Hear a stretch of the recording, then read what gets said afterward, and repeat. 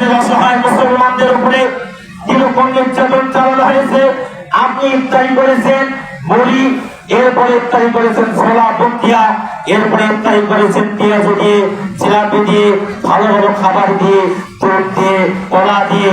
কিন্তু আপনি একবার চিন্তা করেছেন ফিলিস্তিনের অসহায় মুসলমানেরা ইফতারির সময় তাদের উপরে বোমা বর্ষণ করা হয়, কোন ছোট্ট ছোট্ট বাচ্চারা বেঁচে নাই। তারা তাদের মায়ের কোলে গিয়ে বলে, মা ফিলিস্তিনের আকাশে কি ঈদের চাঁদ কোনোদিন উঠবে না? ফিলিস্তিনের আকাশে কি কোনোদিন ঈদের চাঁদ উঠবে না? আজকে ওই মধ্যপ্রাচ্যের ক্যান্সার বলে তাকে যাকে আখ্যায়িত করা হয়েছে ইসরায়েল, ইহুদিরা তারা মুসলমানদেরকে বোমা বর্ষণ করে নিক্ষেপ করে তাদেরকে হত্যা করতেছে।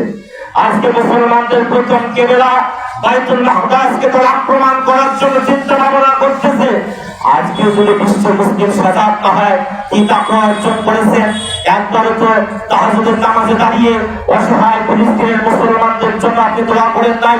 অথচ আল্লাহ রাব্বুল আলামিন বলেছেন, ওয়া মা লাকুম লা তুকাতিলুনা ফি সাবিলিল্লাহ ওয়াল মুস্তাদাফিনা মিনার রিজালি ওয়ান নিসা ওয়াল ওয়ালদান আল্লাযীনা ইয়াকুলুনা রাব্বানা আখরিজনা মিন হাযিহিল ক্বরিয়াতি যালিমা আহলুহা ওয়াজআল লানা মিন লাদুনকা ওয়ালিয়্যা ওয়াজআল লানা মিন লাদুনকা নাসীরা।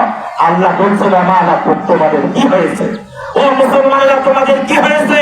ওয়া মা লাকুম লা তুকাতিলুনা ফি সাবিলিল্লাহ, তোমরা কেন আল্লাহ তাআলার রাস্তায় সংগ্রাম করতেছ না, জিহাদ করতেছ না?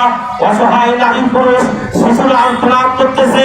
ও আল্লাহ তাআলা, রব্বানা আখরিজনা মিন হাযিহিল ক্বরিয়াতি যালিমি আহলুহা, ও আল্লাহ তাআলা জালিম সম্প্রদায়ের হাত থেকে তুমি আমাদেরকে রক্ষা করো।